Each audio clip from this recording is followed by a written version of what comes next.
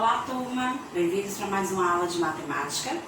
Hoje nós vamos dar continuidade com o capítulo 8, múltiplos e submúltiplos das unidades de medidas. Mas a gente vai estar revendo hoje sobre unidades de medidas de massa e de capacidade. Então, na aula passada, falamos sobre a medida de tempo e a medida de comprimento. Hoje, nós vamos estar revendo a medida de massa e capacidade. Massa é a quantidade de matéria que um corpo possui. A unidade fundamental da medida de massa é o grama. Seu símbolo é o G. O quilograma, com o símbolo Kg, chamado popularmente de quilo, é uma das unidades de medidas mais usadas. Há também outras unidades de medida. Então, é muito comum no nosso dia a dia a gente utilizar essas duas medidas, o grama e o quilograma. Mas, além delas, existem outras unidades de medidas de massa. Vamos ver. A unidade padrão é o grama, como conhecemos, e temos os seus múltiplos, ou seja, as unidades maiores do que o grama. Temos os múltiplos decagrama, com o símbolo DAG, hectograma com o símbolo HG e o quilograma com o símbolo KG. Além dos múltiplos, nós temos os seus submúltiplos. Os submúltiplos, eles são unidades menores do que o grama. O decigrama com o símbolo DG, centigrama com o símbolo CG e miligrama com o símbolo MG. Então, desses, nós utilizamos no dia a dia, é muito comum ouvir falar do quilograma, do grama e do miligrama. É fundamental, é importante a gente também entender como funciona, Como funciona o valor de cada quilograma, de cada grama. Importante saber esses valores para a gente entender as transformações feitas do grama para quilograma ou do quilograma para toneladas, que é uma outra unidade de medida também muito comum. Então, 1 grama, ele terá um total de 1000 miligramas. E 1 quilo terá o total de 1000 gramas e 1 tonelada terá o total de 1000 quilos. Com esses valores, a gente compreende melhor quando a gente há necessidade de fazer transformações de uma unidade para outra. Então, vamos para o nosso primeiro exemplo de hoje. Ana e Júlia foram à feira. Ana comprou 600 gramas de cenoura e Júlia comprou 1 quilograma. Quem comprou menos cenoura? Se a gente parar para analisar somente os números que aparecem no texto, 600 e o 1, de cara a gente vai identificar que quem comprou menos cenouras foi Júlia. Mas não é bem assim. Lembrem-se da dica que a gente viu anteriormente. Quanto significa cada quilo? Então, Júlia comprou 1 quilograma, ou seja, ela comprou 1000 gramas de cenoura. Então, agora que a gente já faz a identificação correta dos números, a gente pode perceber que Ana comprou 600 gramas e Júlia comprou 1000 gramas. Então, quem comprou menos cenouras foi Ana, porque só tem apenas 600 gramas. Letra B. De quanto a mais Ana precisa para ficar com a mesma quantidade que Júlia? Então, a gente tem duas maneiras diferentes de encontrar esse resultado. Eu preciso saber de quanto eu preciso, ou seja, qual número que eu vou adicionar aos 600 para obter o total de 1000, para que as duas possam obter o mesmo valor. Eu posso fazer isso através de um cálculo mental, ou eu posso também fazer isso através de uma subtração, porque há uma diferença de quantidades entre uma garota e a outra. Então, fazendo uma subtração, eu descubro qual é a quantidade necessária que eu preciso. Então, nós temos 1000 menos 600. 0 menos 0, 0. 0 menos 0, 0. Não pode, então o 0 passa a valer 10 e o 1 passa a valer 0. 10 menos 6, 4, e aqui não tem 0. Então, o número que a gente descobriu, a quantidade necessária para adicionar a Ana, são 400 gramas. Então, se ela colocasse mais 400 gramas de cenoura, ela ficaria com a mesma quantidade de Júlia, certo? Próximo exemplo. Quantos sacos de 250 gramas serão necessários para embalar 3 quilos de feijão? Ou seja, quantos sacos cabem dentro de 3.000 quilos? Quantos sacos de 250 vão caber dentro de 3.000 quilos?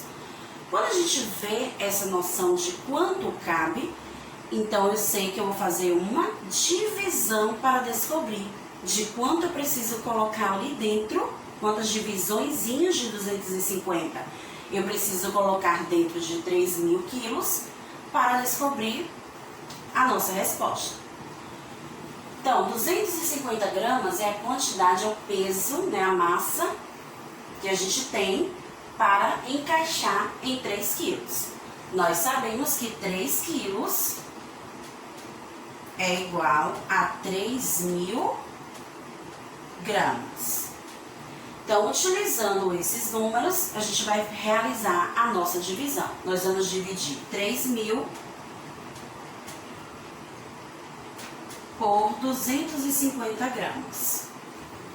Nessa divisão, a gente percebe que os nossos dois números, tanto do dividendo quanto do divisor, terminam em 0.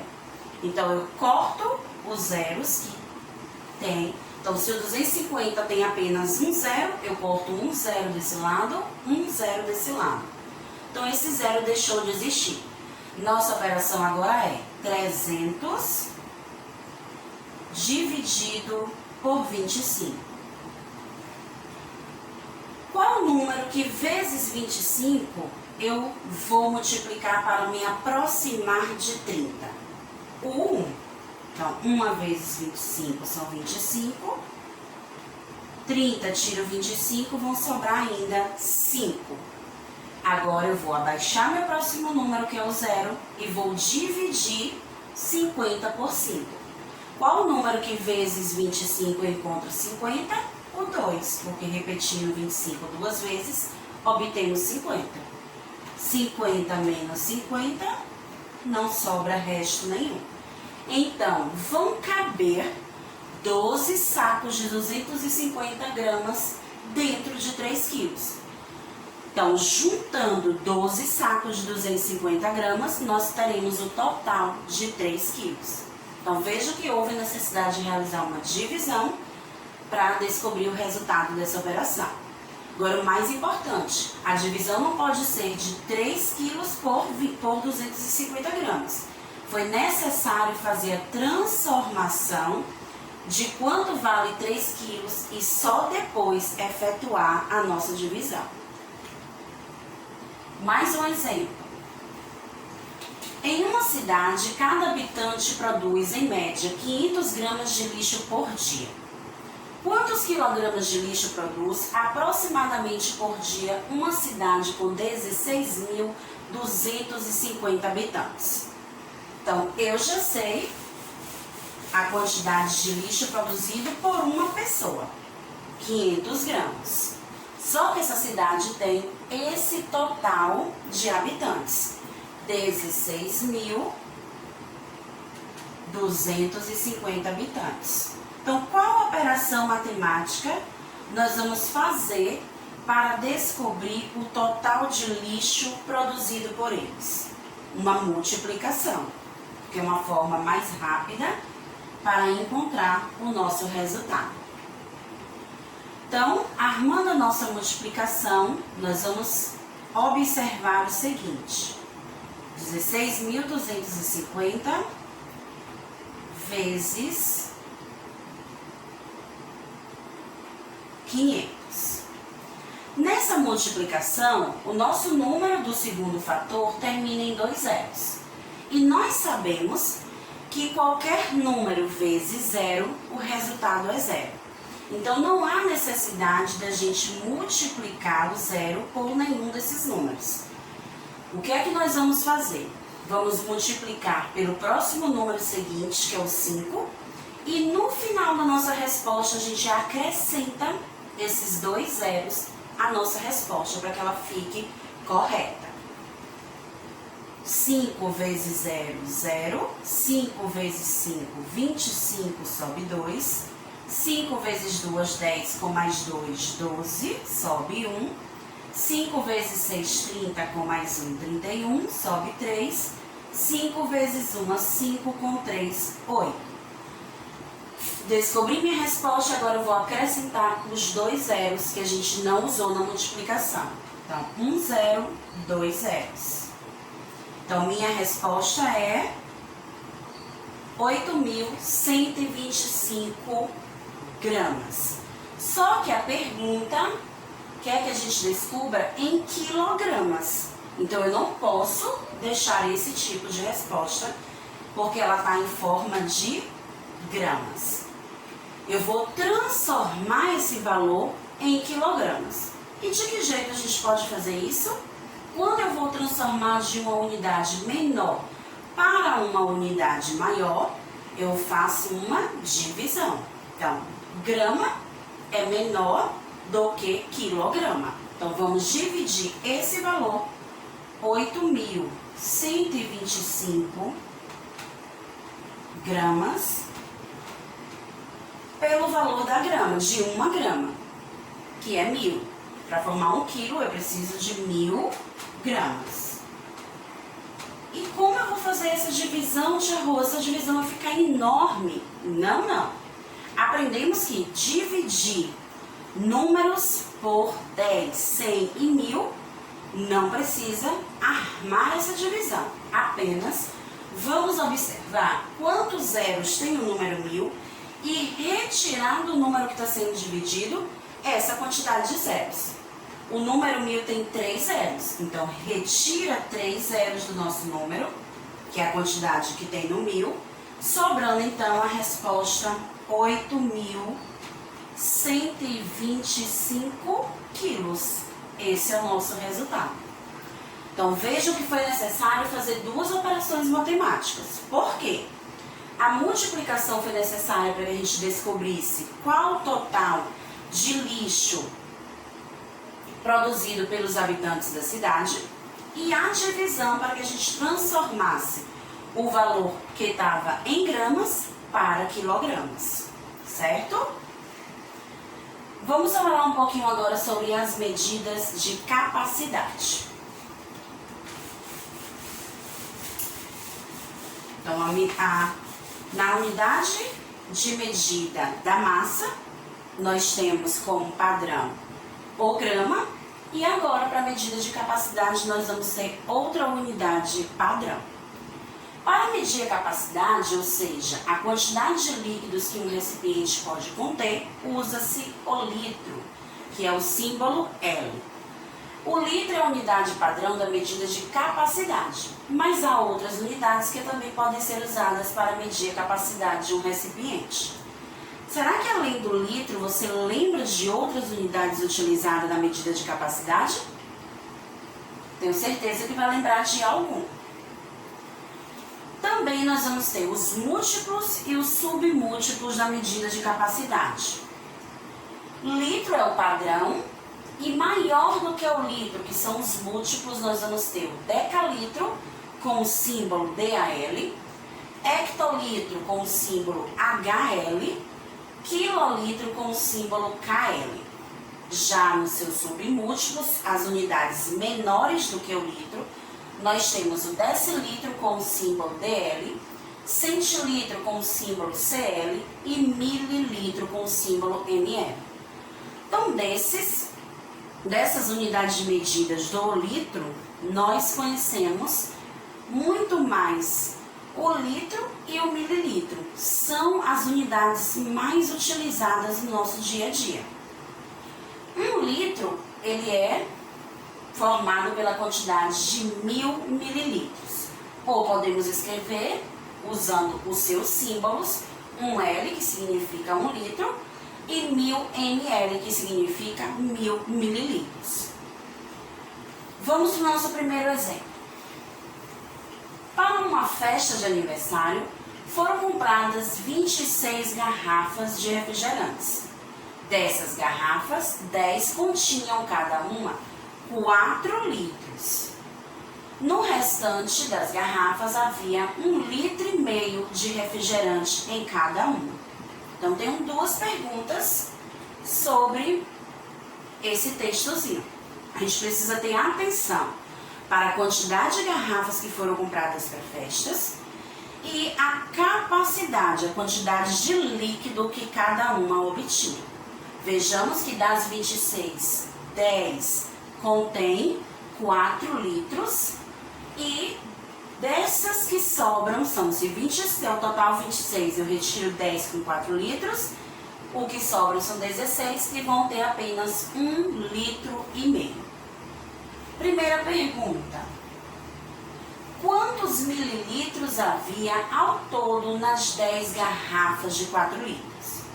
Então, a pergunta quer que a gente responda em forma de mililitros. Então, o que é que a gente deve fazer?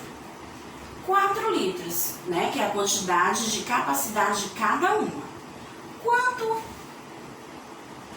4 litros. Quantos mililitros vão ter em 4 litros? 4.000. Por quê? 1 litro, 1.000. Então, 1.000 mais 1.000 mais 1.000 mais 1.000, o total de 4.000 mililitros. Agora que eu já sei em mililitros quanto nós temos, nós vamos multiplicar essa quantidade pelas 10 garrafas. Então, 4.000 vezes 10. Preciso armar essa conta? Não. Na multiplicação de números por 10, 100 ou 1000, nós acrescentamos a quantidade de zeros necessárias ao número. Se o 10 é formado por um zero, eu acrescento a esse número apenas um zero. Então, 4, 1, 2, 3 zeros que já tinha nesse número, com mais um zero formado do 10, tenho então a resposta de 40.000 ml. Então, as 10 garrafas em ml têm um total de 40.000 ml. E foi necessário fazer o que para descobrir essa resposta? Primeiro, transformar os litros em ml e somente depois efetuar a nossa multiplicação. Segunda pergunta: quantos mililitros havia ao todo no restante das garrafas, sabendo-se que em cada garrafa havia 1,5 litro? Também nós vamos ter que responder em forma de mililitro. Então, o restante das garrafas. Mas que restante de garrafa é esse? Na festa foram comprados 26 garrafas. Só que de 26 a gente já retirou 10. Então, só sobraram 16 garrafas. Essas garrafas, elas contêm 1,5 litro. Mas quanto, tia Rose, vale 1,5 litro? 1 litro a gente já sabe que vale 1000. Não é isso? Meio litro significa a metade de 1000. Então, 1000 mais 500. Então, 1,5 litro significa 1.500 ml, certo? Agora que eu já sei a quantidade em ml, aí sim a gente pode fazer a nossa operação. Nós vamos multiplicar o total de ml pelo total de garrafas restantes, que são 16 garrafas. E assim a gente descobre qual é o total em mililitros dessas garrafas. 6 vezes 0, 0. 6 vezes 0, 0. 6 vezes 5, 30. Sobe 3. 6 vezes 1, 6. Com 3, 9. Agora a dezena. 1 vezes 0, 0. 1 vezes 0, 0. 1 vezes 5, 5. 1 vezes 1, 1. Vamos somar os dois resultados e descobrir a nossa resposta. 0, 9 mais 5, 14, e 1 mais 1, 2. Então, o total em mililitros das 16 garrafas é 24.000 ml. Então, não houve necessidade de fazer transformação aqui embaixo, porque a transformação já tinha sido feita aqui em cima. Transformamos os litros em ml e só depois multiplicamos. Então, turma, nossa aula de hoje, a gente pode falar um pouco sobre a medida de capacidade que nós temos como unidade padrão, o grama, os seus múltiplos e seus submúltiplos. Falamos um pouco também sobre a medida de capacidade, por sua unidade padrão, o litro.